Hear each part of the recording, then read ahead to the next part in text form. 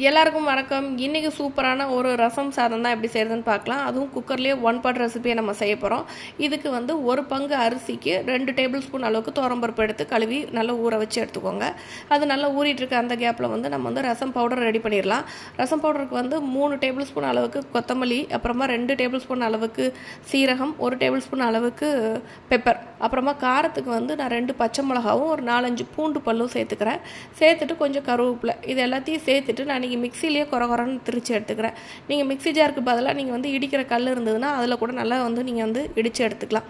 நான் இன்றைக்கி சொல்லியிருக்க அந்த ரசம் பவுடர் அளவு வந்து பார்த்திங்கன்னா 1.5 பங்கு அரிசி 3 டேபிள் ஸ்பூன் துவரம்பருப்புக்கான அளவு நான் சொல்லியிருக்கிறேன். இந்த அளவு நீங்கள் அதுக்கு போட்டிங்கன்னா சரியாக இருக்கும்.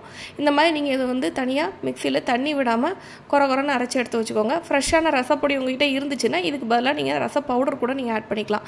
இப்போ வந்து குக்கர் வந்து கொஞ்சம் பெரிய குக்கராகவே எடுத்துக்கோங்க. ஏன்னா இதுக்கு தண்ணி நிறைய ஆட் பண்ணுவோம். ஸோ அதனால் பெரிய குக்கரை எடுத்துகிட்டு அதில் கொஞ்சமாக ஆயில் விட்டுக்கோங்க. ஆயில் விட்டுட்டு ஆயில் சூடானதுக்கப்புறமா கடுகு உளுந்தம்பருப்பு போட்டு நல்லா வெடிக்க விட்டுருங்க. கடுகு உளுந்து நல்லா வெடித்ததுக்கப்புறமா ஒரு 2 வரமிளகா, அப்புறம் 2 பச்சை மிளகா, இது ரெண்டையுமே வந்து நான் ஆட் பண்ணிக்கிறேன். இது கொஞ்சம் வாசனைக்கு நல்லாயிருக்கும். அது நல்லா போட்டு வதக்கிட்டு அதுக்கப்புறமா நம்ம திரிச்சு வச்சுருக்கோம் இல்லையா அந்த ரச பவுடர், அதையும் அப்படியே நீங்கள் இந்த ஆயிலில் போட்டு கொட்டிடுங்க. ஆயிலில் கொட்டிட்டு நல்லா வந்து அதை வந்து நல்லா மிக்ஸ் பண்ணி விட்டுருங்க.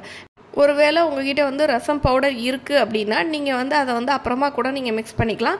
நான் வந்து இப்போ அரைச்சது இந்த பவுடர் அப்படிங்கிறதுனால நம்ம வதக்கி எதுவும் விடலை இல்லையா, அதனால் இதை எண்ணெயில் கொஞ்சம் போட்டால் கொஞ்சம் வாசனையாக இருக்கும். அதனால் எண்ணெயிலே போட்டு நல்லா வதக்கிக்கோங்க. வதக்கிட்டு நான் தக்காளி பழம் ஆட் பண்ணிக்கிறேன். தக்காளி பழம் வந்து ஒரு 3 மீடியம் சைஸ் தக்காளி பழம் ஆட் பண்ணிக்கிறேன். மீடியம் சைஸ் அளவுக்கு இருந்தால் போதும், ரொம்ப புளிப்பாக இருந்தால் நல்லா இருக்காது. இது வந்து நாட்டு தக்காளி தான் ஆட் பண்ணிக்கிறேன். ஸோ அதை நல்லா சாப் பண்ணிவிட்டு அதை ஆட் பண்ணிக்கோங்க. ஆட் பண்ணி கிண்டி விட்டுட்டு இதுக்கு தேவையான கல் உப்பு சேர்த்துக்கிறேன். கல் உப்பு, அப்புறமா கொஞ்சமாக மஞ்சள் தூள், இது எல்லாத்தையும் சேர்த்து நல்லா வதக்கணும். இந்த கல் உப்பு மஞ்சள் நம்ம சேர்க்கறதுனால தக்காளி பழம் வந்து கொஞ்சம் சீக்கிரமாகவே உங்களுக்கு மசிஞ்சு வரும். ஸோ அதனால் இது நல்லா போட்டு வதக்கிக்கோங்க. வதக்கிட்டு நான் வந்து புளி வந்து ஒரு சின்ன லெமன் சைஸ் அளவுக்கு நான் வந்து புளி எடுத்துக்கிறேன். ஏற்கனவே நம்ம தக்காளி பழம் வேறு ஆட் பண்ணியிருக்கிறோம். அதனால் லெமன் சைஸ், சின்ன லெமன் சைஸ் அளவுக்கு போதும். புளி எடுத்துட்டு அதை தனியாக நீங்கள் கரைச்சி எடுத்து வச்சுக்கோங்க. அந்த புளி தண்ணியை இப்போ நான் அதை ஆட் பண்ணிக்கிறேன். புளி தண்ணி ஆட் பண்ணிவிட்டு இது நல்லா நீங்கள் வந்து ஓரளவு மீடியம் ஃப்ளேம்லேயோ இல்லைனா சிம்மர்லேயோ வச்சுட்டு நல்லா கொதிக்க விட்டுருங்க. இதோட பச்சை வாடையெல்லாம் போகணும். புளியோட பச்சை வாடை, அப்புறமா நம்ம போட்டிருக்க அந்த மசாலாஸ் இருக்கு இல்லையா, அதோட பச்சை வாடெல்லாம் கொஞ்சம் போகணும். ஸோ அது வரைக்கும் நீங்கள் நல்லா வந்து கொதிக்க வச்சுட்டு, காரம் வந்து எனக்கு பத்தாதுங்கிறதுனால கொஞ்சமாக மிளகாத்தூள் சேர்த்துக்கிறேன். மிளகாத்தூள் சேர்க்கறது வந்து உங்களோட விருப்பம் தான், கம்ப்ளீட்லி ஆப்ஷனல். எனக்கு கொஞ்சம் ஸ்பைஸ் வேணுங்கிறதுனால ஆட் பண்ணிக்கிறேன். வேண்டாம்னா நீங்கள் வந்து ஸ்கிப் பண்ணிக்கலாம். அப்புறமா கொஞ்சமாக வந்து பெருங்காயத்தூள், இது எல்லாத்தையும் ஆட் பண்ணிவிட்டு நல்லா கிண்டி விட்டுட்டு நம்ம ஊற வச்சு வடித்து வச்சுருக்கிற அந்த அரிசி பருப்பு இருக்கு இல்லையா, அதையும் சேர்த்து இதோட போட்டு நல்லா கிண்டி விட்ருங்க. இதை நல்லா கிண்டி விட்டுட்டு இப்போ வந்து இதுக்கு வந்து தண்ணி தான் ஆட் பண்ணணும். தண்ணி வந்து எவ்வளோ வைக்கணும் அப்படின்னா மினிமம் 1 டம்ளர் அரிசிக்கு 4 டம்ளராவது தண்ணி வைக்கணுங்க. வேணும்னா நீங்கள் 5 டம்ளர் கூட வச்சுக்கலாம். பொங்கி வரும் அப்படிங்கிற மாதிரி இருந்துச்சுன்னா 4 டம்ளருங்கிறது சரியான அளவாக இருக்கும்.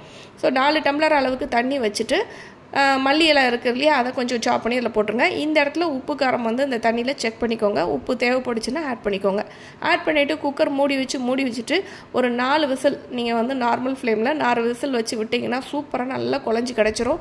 உங்களுக்கு இதையும் விடவே லிக்விடாக வேணும் அப்படின்னு நீங்கள் நினச்சிங்கன்னா இதை நல்லா மசிச்சு விட்டுட்டு கொஞ்சமாக ஹாட் வாட்டர் கூட சேர்த்துக்கலாங்க. சூப்பரான இந்த ரசம் ரைஸு நல்ல ஒரு அப்பளத்தோடு வச்சு சாப்பிடும்போது அருமையாக இருக்குங்க. மறக்காமல் நீங்கள் உங்கள் வீட்டில் இந்த ரெசிபியை ட்ரை பண்ணி பாருங்கள்.